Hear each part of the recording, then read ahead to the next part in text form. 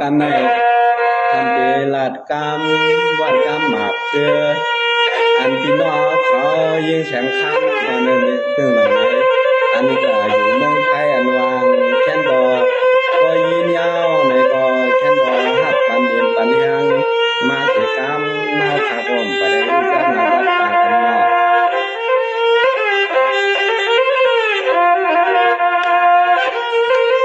วัดดีกำในดวงก็ต้องเอาดีๆเชี่ยวลอยใส่เสียงเทิงหน้า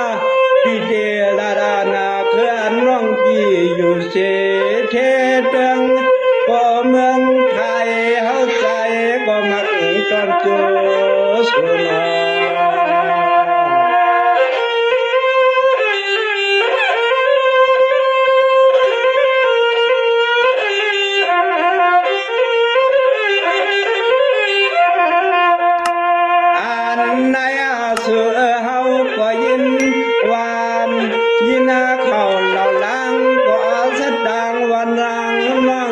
สัตเทยาก็ดุจุนคน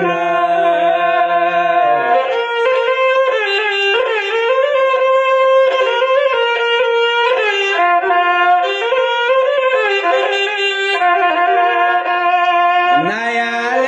คุณเดียวก็ยังคำเก่าดับจือใส่หนูทุ่งเมืองน้องเช่าก็ทุ่งเมืองถึงตายอ่อนเมืองปันตาย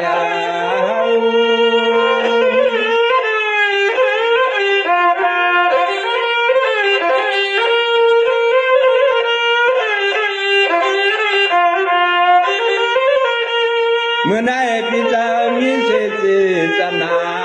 เมตตาพี่ช่วยยืนสู้ก็ใส่หนุ่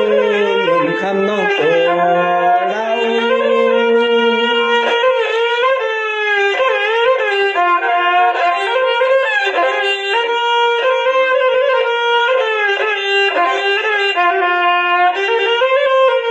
ใน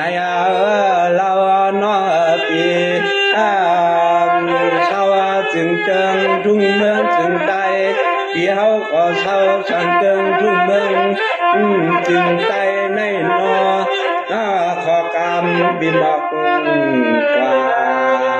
ในก็แค้นก็ต้องทำเอาขนาด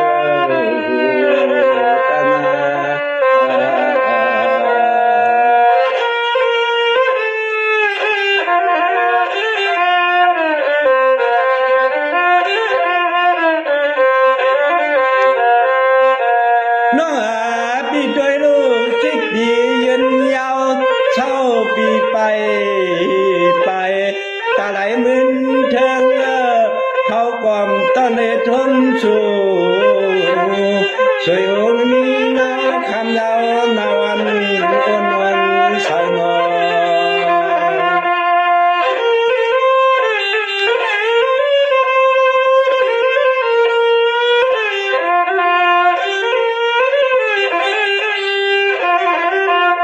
เพียงจื่อหนึ่งวันในปีในเจอปีทุ่งวุ่นทองคำตั้งก่อเลี้ยงหนังสังตึงก่อทุกเมืองคนไทย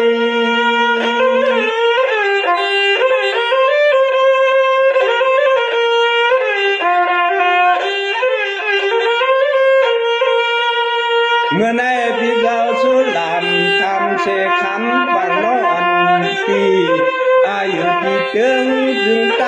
วันไหนก็นอนนอกจองไปมีก็เทียบนอนอมโบต้นกวนใจ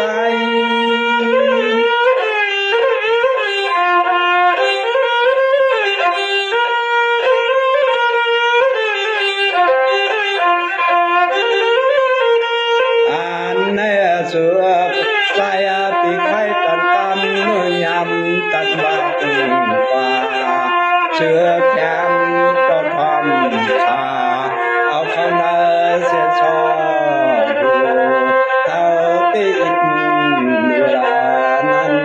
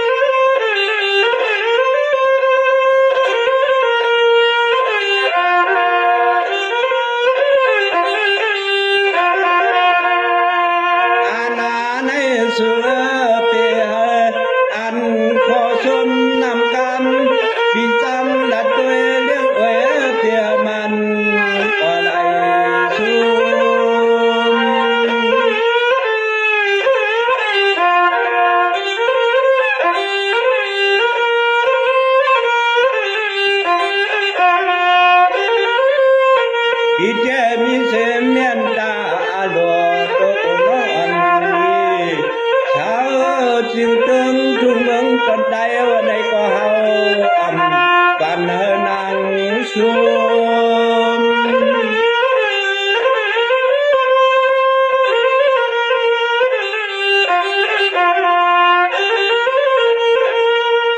เสนอว่าพี่สาวในเมตตาจังถึงอาจจะกลางอาโลตัวก็ปียังใครเมื่อห้องน้องมาอยู่กินสังรว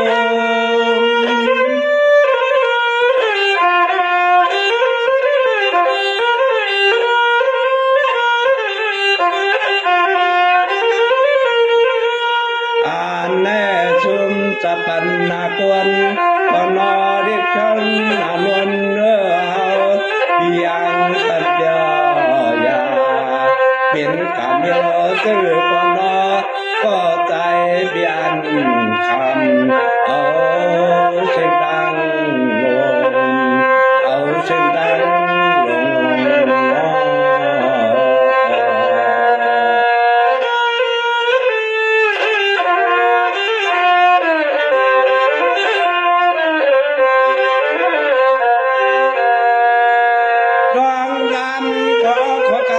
เดียวดีดันพอย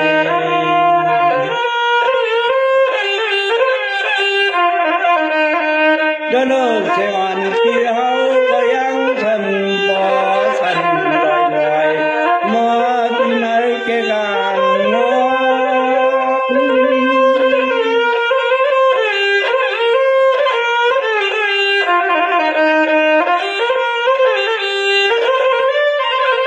พออันพิจารณกาอาดาดอนเฮาก็นอเรียกเธอเฮาแย้มที่น้องดังน้ำตาเด้อนอเฮาเป็นที่อยาก